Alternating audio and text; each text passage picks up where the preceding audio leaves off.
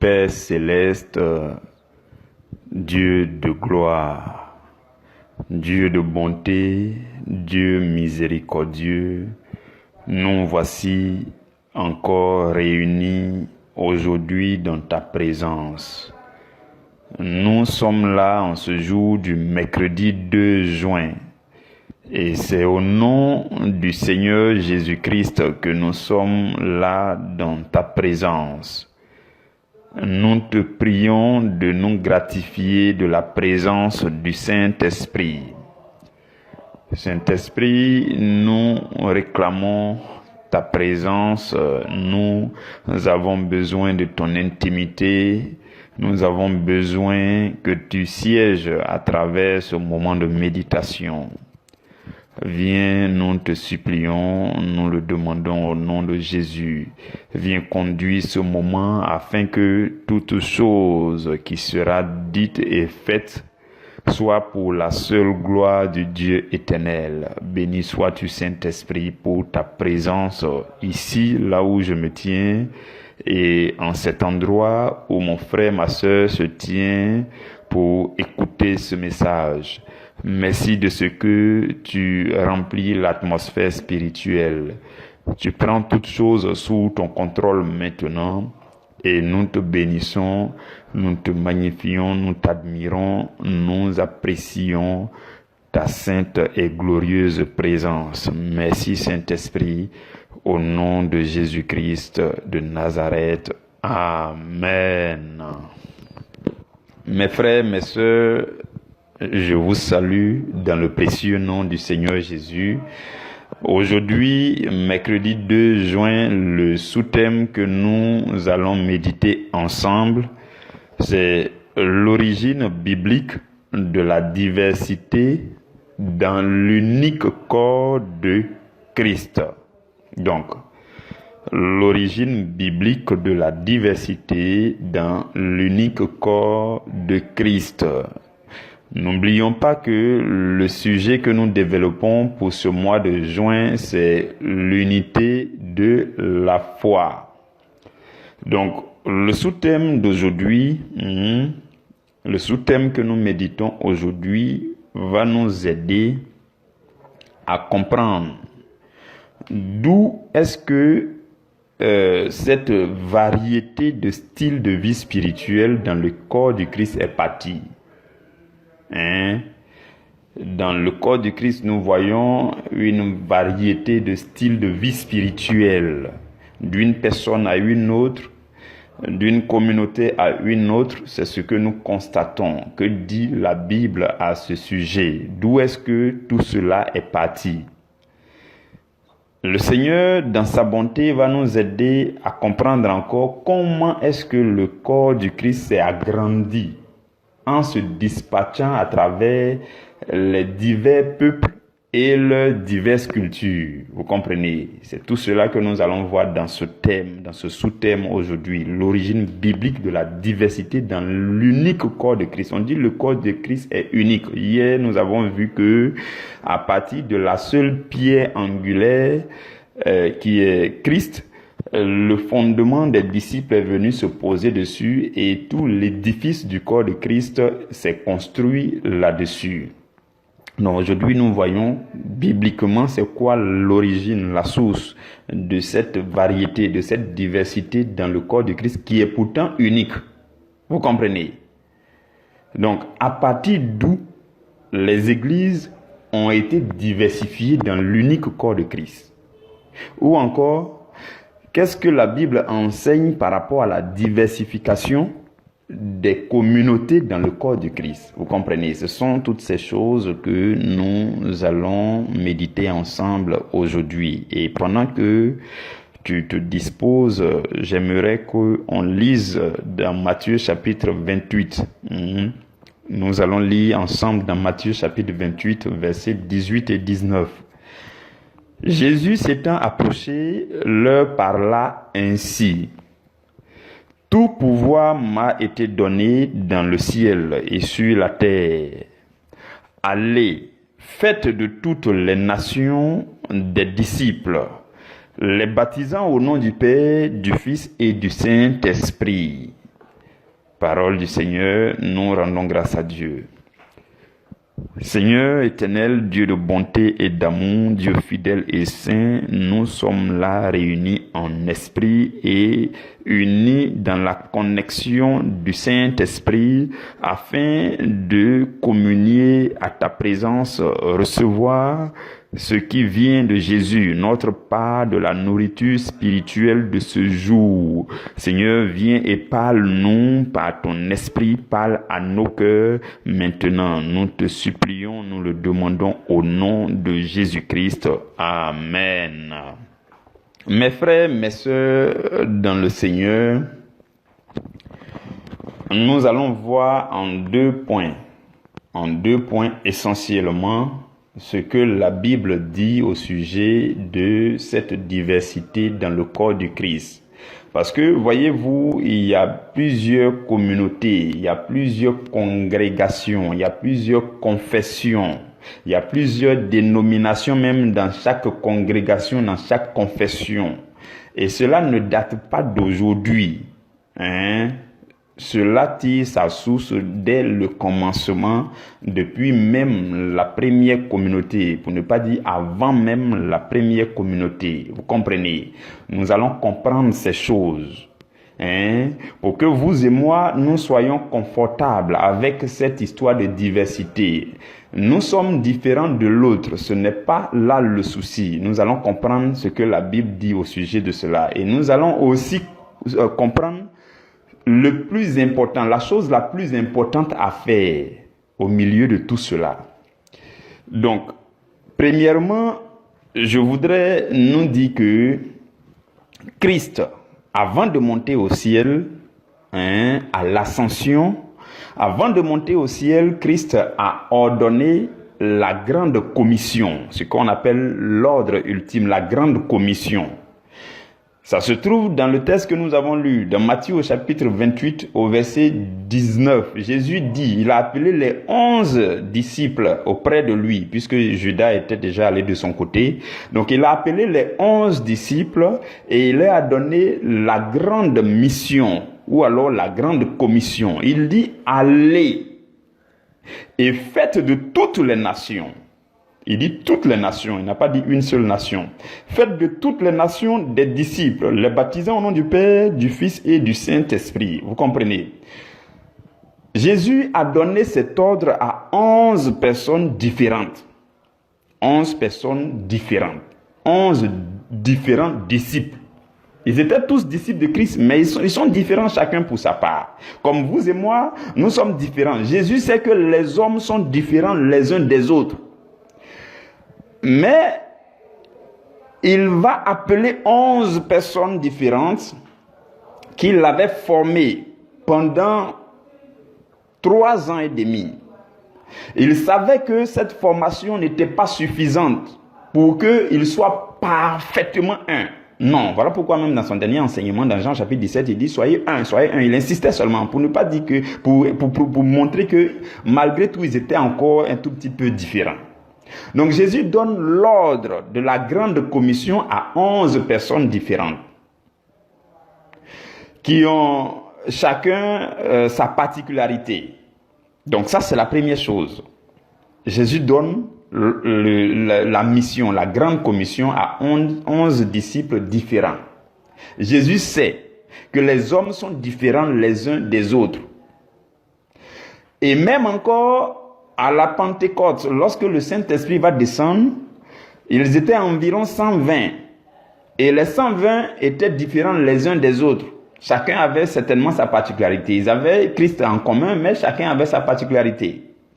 Quand Pierre va prêcher à la Pentecôte, la Bible dit que le même jour, 3000 vont se convertir. Ces 3000 sont différents. Le lendemain, ils vont passer à 5000. Tous ceux-là sont différents, ainsi de suite. Donc, la première chose que je veux faire ressortir, c'est que Christ, sachant que nous sommes différents les uns les autres, nous a donné un même ordre. Allez, faites de toutes les nations des disciples. Il a donné un même ordre. Lui qui est la pierre angulaire a donné un même ordre d'abord à ceux qui étaient le fondement, les 11 différents disciples. Et même, vous allez remarquer avec moi qu'il y a quatre versions de l'évangile, pour ne pas dire quatre récits de l'évangile de Jésus. Donc, un évangile en 4. Pour ne pas dire en plusieurs d'ailleurs. Parce que quand vous lisez les épîtres, l'apôtre Paul, quand il parle, il dit selon mon évangile. Ça veut dire que lui, l'apôtre Paul, lui aussi, il avait son évangile. L'évangile, ça veut dire tout simplement le témoignage de chacun. Hein?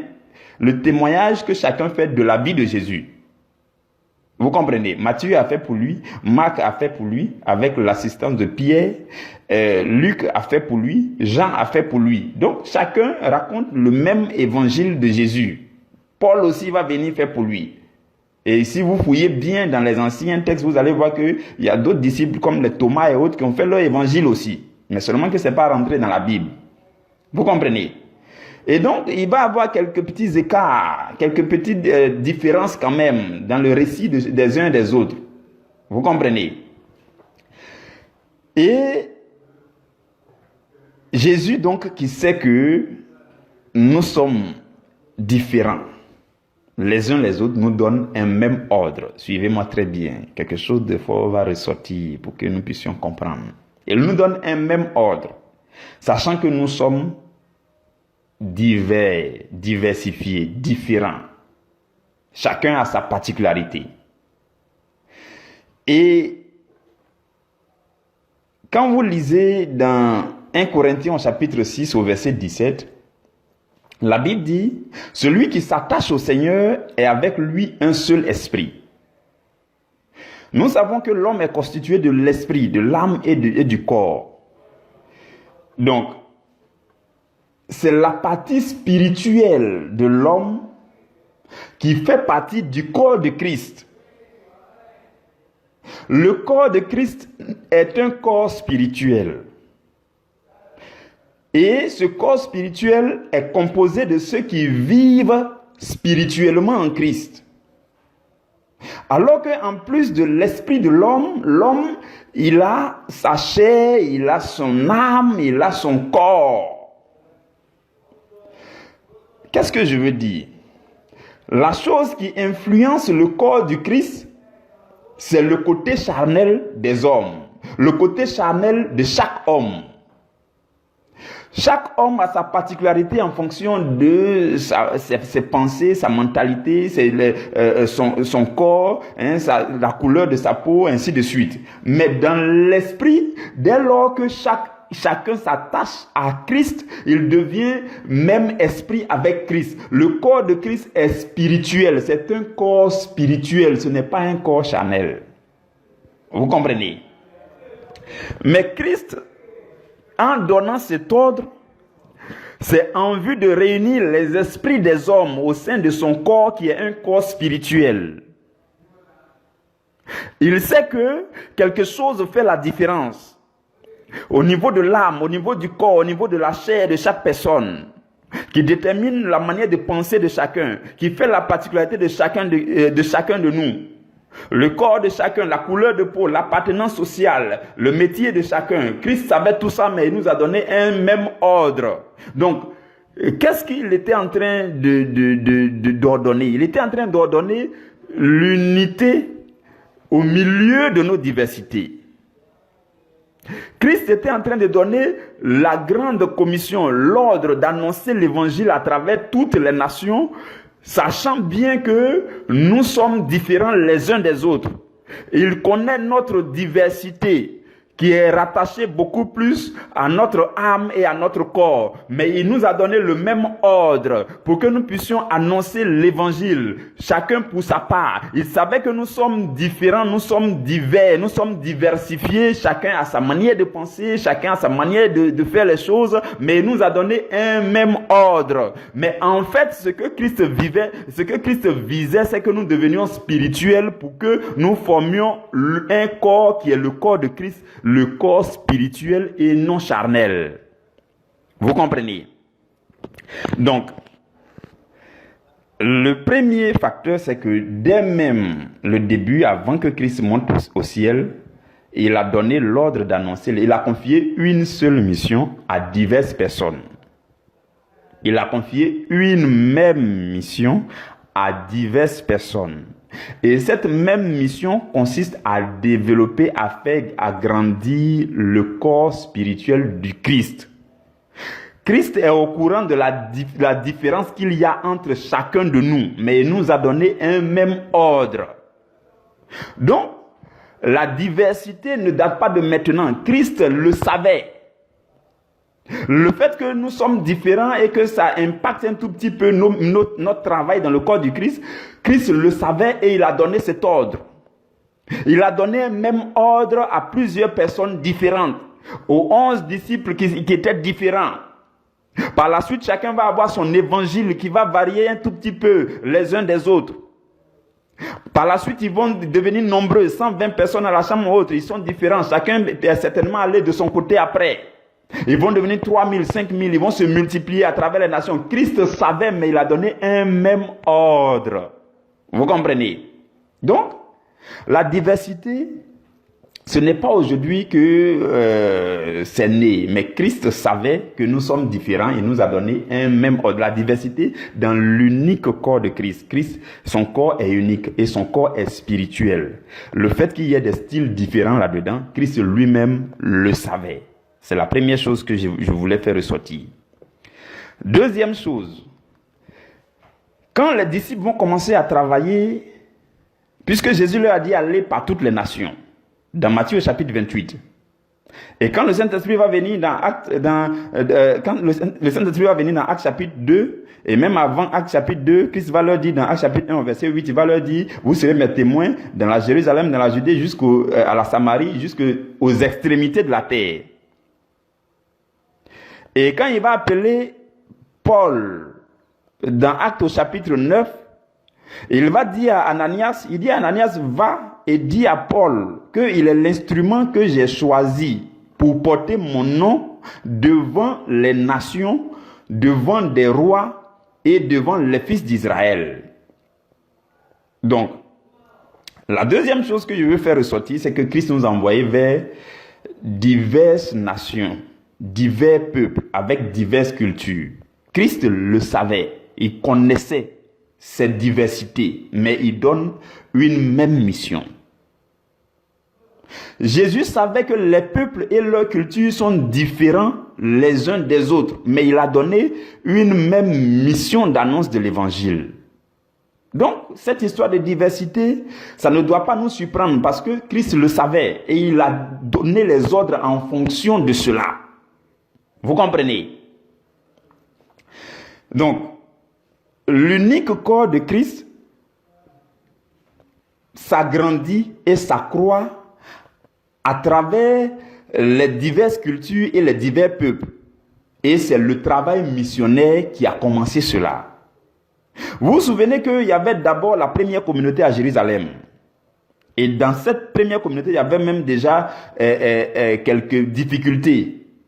Quand vous lisez Actes au chapitre 6, la Bible parle des hellénistes qui étaient en train de murmurer contre les Hébreux parce que le partage... Donc il y avait déjà, à cause du fait que les gens sont différents les uns les autres et qu'ils sont charnels, hein, vous voyez non, et qu'ils ne sont pas encore devenus spirituels pour former un corps spirituel de Christ, hein, leur côté charnel les dérangeait et causait des soucis et ils ont commencé à se disputer entre eux. Donc le problème a déjà commencé. Mais Jésus le savait, malgré tout il a donné l'ordre.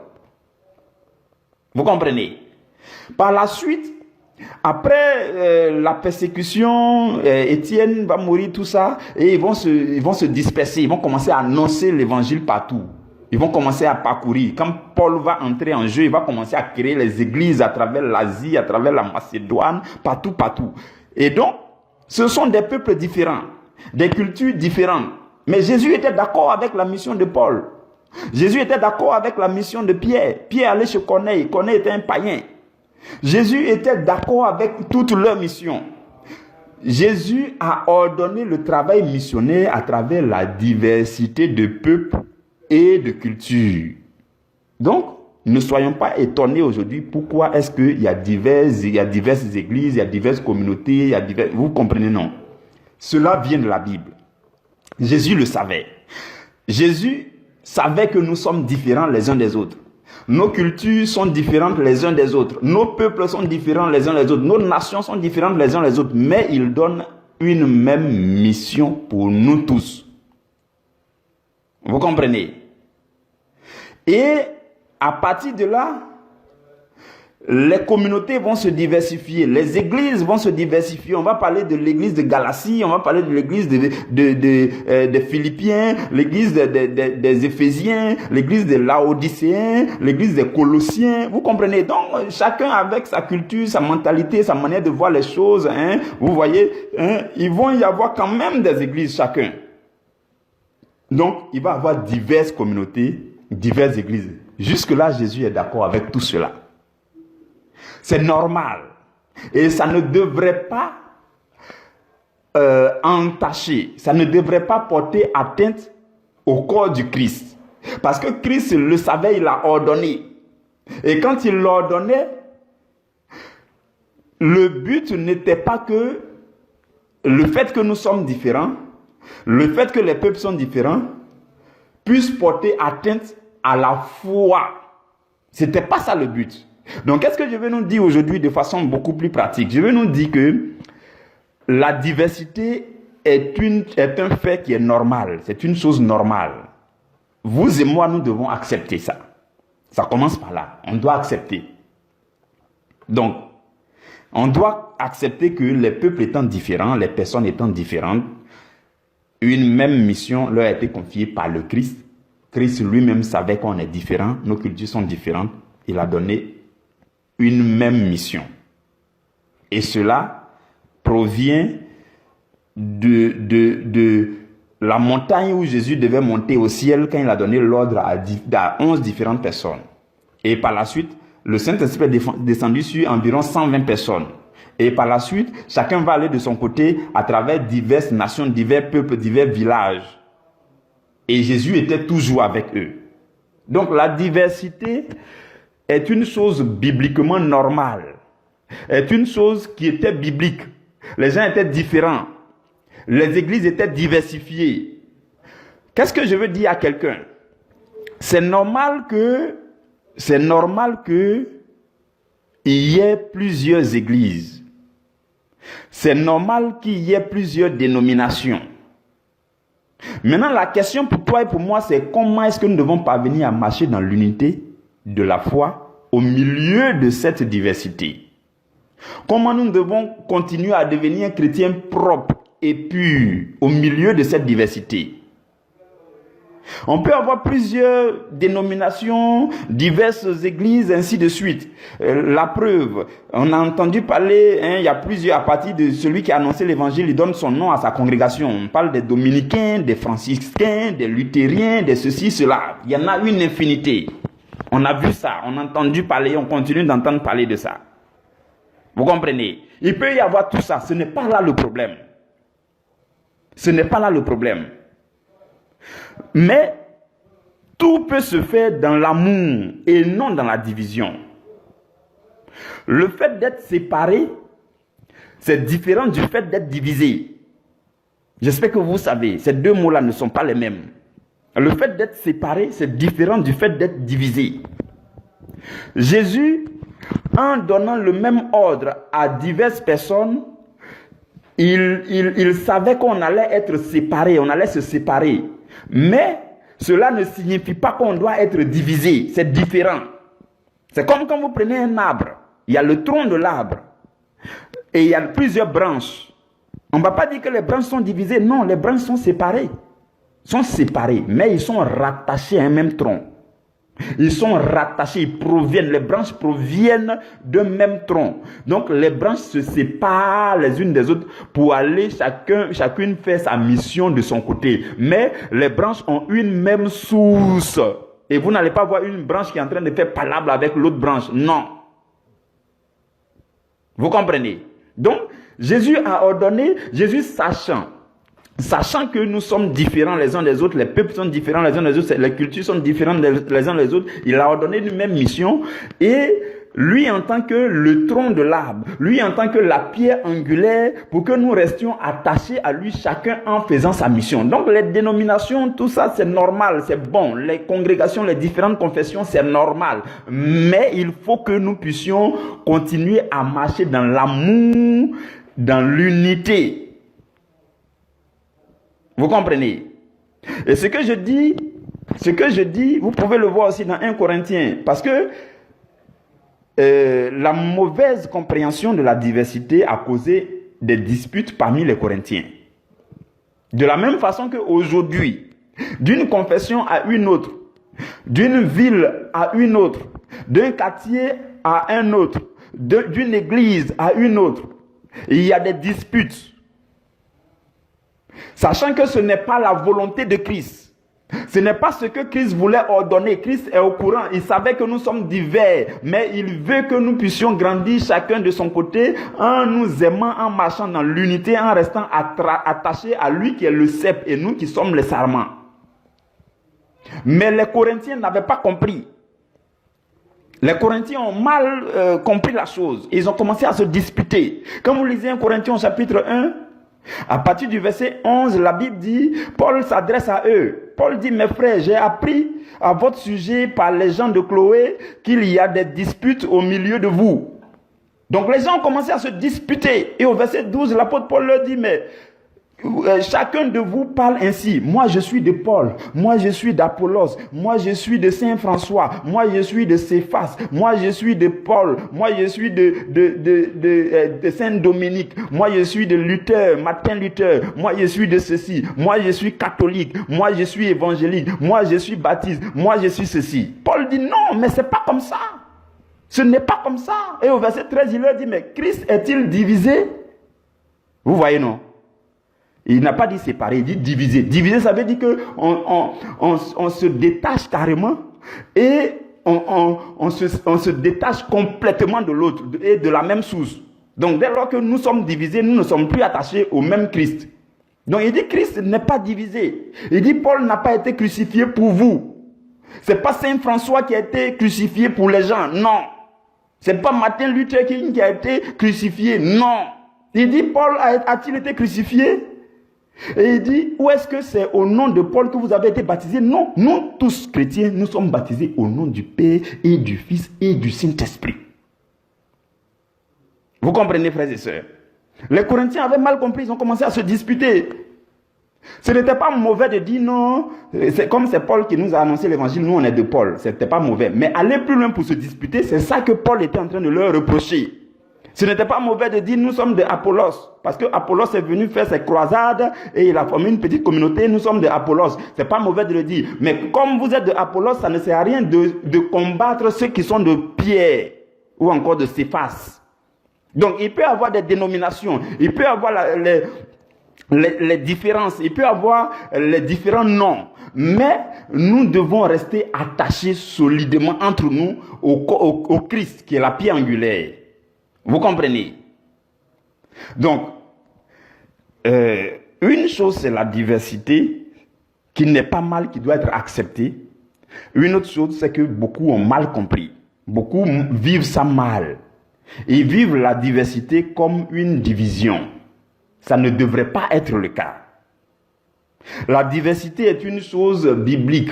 Si ce n'était pas normal, si ce n'était pas biblique, ça n'allait pas avoir de sens. Comment le corps de Christ va s'agrandir? Jésus est venu pour le monde entier. Donc pour gagner le monde entier, il faut qu'on annonce l'évangile à travers les différents pays du monde entier, les différentes nations, les différents peuples, les différents villages, les différents... Donc Jésus savait. Donc Jésus est venu gagner tout cela. Donc la diversité, elle est biblique. Jésus, quand il donnait l'ordre, il était au courant de la diversité. C'est biblique. Depuis la montagne de Béthanie, où Jésus était en train de monter au ciel, il a ordonné. Quand il a ordonné, il était au courant qu'il y avait la diversité. Mais il n'a pas dit, allez-y, faites palabre entre vous. Il dit, allez-y, faites des nations, des disciples. Et quand les églises ont commencé à s'agrandir, à se développer, Jésus marchait avec eux. Mais je suis convaincu que Jésus n'était pas d'accord à chaque fois que les gens se chamaillaient, comme les Corinthiens. Voilà pourquoi je vais vous dire, deux chrétiens, quand vous prenez deux chrétiens, quand deux chrétiens deviennent spirituels, ils deviennent aussi un en Christ. Voilà pourquoi tantôt je nous disais que la chose qui fait la différence entre nous, c'est la chair. Le côté charnel là, c'est ça qui fait la différence. Le côté Quand vous devenez bien spirituel, quand deux chrétiens deviennent bien spirituels, ils deviennent un. Ils deviennent un. Ils deviennent un en Christ. C'est pareil pour deux églises. Deux églises différentes. Quand elles deviennent bien spirituelles, elles s'entendent parfaitement en Christ. C'est pareil pour deux communautés, deux ministères différents, deux pasteurs différents. Quand ils deviennent bien spirituels, ils deviennent un en Christ. Deux évêques différents, deux prêtres différents, deux curés. Quand ils deviennent un en Christ et qu'ils deviennent spirituels, ils deviennent vraiment un en Christ. Donc le corps du Christ est un corps spirituel. Et ce qui marque la diversité entre nous, c'est le côté charnel. Vous comprenez? Et dès lors que vous voyez deux personnes, même s'ils sont chrétiens gradés, et qui sont en train de se disputer, automatiquement ils sont encore charnels. Oui, je vous le dis. Si ça vous concerne, sachez que vous êtes encore charnels. Pourquoi je le dis? 1 Corinthiens chapitre 3, au verset 1, Paul dit, pour moi frère, toujours aux Corinthiens, il dit, les mêmes Corinthiens qui se disputent là, il dit, pour moi frère, ce n'est pas comme à des hommes spirituels que j'ai pu vous parler, mais comme à des hommes charnels, comme à des enfants en Christ. Pourquoi il le dit? Au verset 3, il dit, parce que vous êtes encore charnels. En effet, puisqu'il y a parmi vous de la jalousie et des disputes. Donc, tant qu'il y a de la jalousie entre deux chrétiens, tant qu'il y a des disputes entre deux chrétiens, ils sont encore charnels. Quand on dit charnel, là, ne voyez pas toujours le péché sexuel et autres, ou bien l'alcoolisme, ou bien... Non, ne voyez pas toujours ça comme ça. Charnel, là, si tu as de la jalousie, tu as des disputes. Deux chrétiens, deux communautés, deux églises, deux serviteurs qui ont des disputes, automatiquement ils sont charnels. L'apôtre Paul dit, puisque parmi vous, il y a de la jalousie, il y a des disputes, vous êtes encore charnels. Et au verset 4, il dit, parce que il y a un qui dit, moi je suis de Paul, l'autre dit, moi je suis d'Apollos. Il dit, vous êtes des hommes. Donc, Apollos et Paul, ce sont des hommes. Si vous vous attachez à eux, vous êtes des hommes. Par contre, celui qui s'attache à Christ, il devient spirituel. Il rentre dans le corps du Christ automatiquement. Donc, autant de fois que vous vous attacherez à un homme, vous allez rester charnel. Faites attention. Donc, voilà pourquoi il est important de nous attacher à Christ malgré cette diversification, cette diversité. Et quiconque s'attache très bien à Christ et devient spirituel, il devient un avec tous ceux qui sont devenus aussi spirituels. Vous comprenez? Donc, je vais récapituler mon message.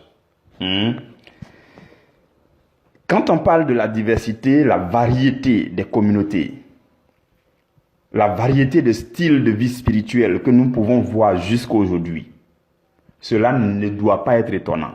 Cela ne doit pas vous surprendre. Vous devez accepter et vivre avec. Mais alors, il faut apprendre à vivre dans l'unité au milieu de cette diversité. Cette diversité ne date pas d'aujourd'hui. C'est biblique. Parce que Jésus a ordonné la mission, l'unique mission à 11 personnes différentes. Par la suite, on a vu 4 récits d'évangiles presque différents par endroit. Par la suite, on a vu les disciples ont commencé à aller en mission pour créer différentes églises à travers différents peuples. Jésus était avec eux. Donc, le fait que les peuples soient différents n'est pas là le problème. Le fait qu'il y ait diverses églises n'est pas là le problème parce que ça vient de la Bible, c'est biblique. Si la diversité n'était pas une chose normale, comment est-ce que les églises allaient se développer? Comment est-ce qu'à partir de la première communauté, il allait y avoir plusieurs autres communautés, les églises de Galatie, les églises de Colosse, ainsi de suite? Comment est-ce que ces églises vont voir le jour? Donc la diversité, c'est une chose normale et c'est une chose d'origine biblique. Mais le message pour vous et pour moi aujourd'hui, c'est que la diversité dans le corps de Christ, c'est le fait de vivre l'unité. Et pour vivre l'unité, nous devons être spirituels. Tant que vous n'êtes pas spirituel, vous allez vous disputer avec l'autre chrétien. Et lorsque deux chrétiens deviennent spirituels, ils deviennent un. Parce que la Bible dit, 1 Corinthiens chapitre 6, verset 17, celui qui s'attache au Seigneur devient même esprit avec le Seigneur. On n'a pas dit devient même chair avec le Seigneur. Non. Parce que le corps du Seigneur est un corps spirituel. Et ceux qui composent le corps du Seigneur doivent être des êtres spirituels et non charnels. Donc la diversité n'est pas le problème. C'est toi qui es encore charnel et il faut que tu deviennes spirituel pour faire partie pleinement du corps de Christ qui est un corps spirituel. La diversité, tu dois l'accepter. Il y a plusieurs églises à côté de toi, tu dois apprendre à vivre avec ces personnes. Il y a plusieurs autres confessions religieuses. En plus de ta confession religieuse, tu dois apprendre à les aimer. Il y a plusieurs églises à travers les nations, il y a plusieurs bergers, plusieurs prêtres, plusieurs pasteurs. En plus de toi, tu dois apprendre à les aimer. En tout cas, si tu deviens spirituel, tu seras un avec eux. Mais si tu as encore des problèmes avec eux, si tu as encore des disputes avec eux, si tu leur fais des reproches, si tu médis à leur sujet, si tu les calomnies, si tu les critiques derrière eux, tu es encore charnel. Donc, le problème n'est pas que on est différent, on est diversifié. Le problème, c'est chacun de nous. Parce qu'on n'est pas encore spirituel. Et cette diversité est biblique. Depuis toujours, les gens ont été différents les uns les autres. Jésus le savait, il a ordonné les choses. Les missions, ils sont allés en mission à travers les différentes villes, les différents villages, les différents peuples. Les églises étaient diversifiées. Tout cela, c'est biblique. Ça vient de la Bible. Ils ont toujours vécu comme ça. Mais ceux qui sont parvenus à être spirituels se sont toujours aimés et ont marché dans l'unité. Dans l'unité de la foi, afin d'être pleinement un dans le corps du Christ. Vous avez compris, c'est le message d'aujourd'hui. Ce sont ces messages, les messages d'hier, aujourd'hui et peut-être cette semaine vont nous permettre de planter le décor des choses. Donc, suivons très bien pour les assimiler, pour les comprendre. Ce sont des styles enseignement et non prédication. Donc, chacun va juste recevoir ces choses pour se ressaisir, pour ajuster sa position. Parce que dans les semaines à venir, nous allons voir de façon pratique qu'est-ce que tu dois faire. Qu'est-ce que tu dois faire pour bien vivre avec ceux qui sont dans les autres communautés? Comment tu dois faire pour que ta foi ne soit pas tachetée par une maladresse que tu as commise parce que tu es encore charnel, tu n'es pas encore devenu spirituel. Le corps de Christ est spirituel. Si tu veux faire partie pleinement du corps de Christ, tu dois être aussi spirituel. Que Dieu bénisse chacun de vous. Bien-aimés frères et sœurs, nous allons nous arrêter là pour aujourd'hui. Que Dieu vous garde, que Dieu vous bénisse. Demain, nous allons nous retrouver pour un autre sous-thème. Demain, le sous-thème, c'est Christ a permis la diversité des ministères afin que nous parvenions à l'unité de la foi. Nous allons voir demain le but. Christ, sachant la diversité, il a ordonné sa mission à travers les diversités. Nous sommes différents. Il a ordonné à travers nos différences, les diversités de peuples et de nations, il a ordonné tout ça. Pourquoi?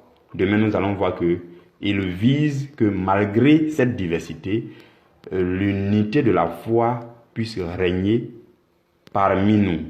Nous allons voir ces choses demain. Que Dieu vous garde, que Dieu vous bénisse. Amen.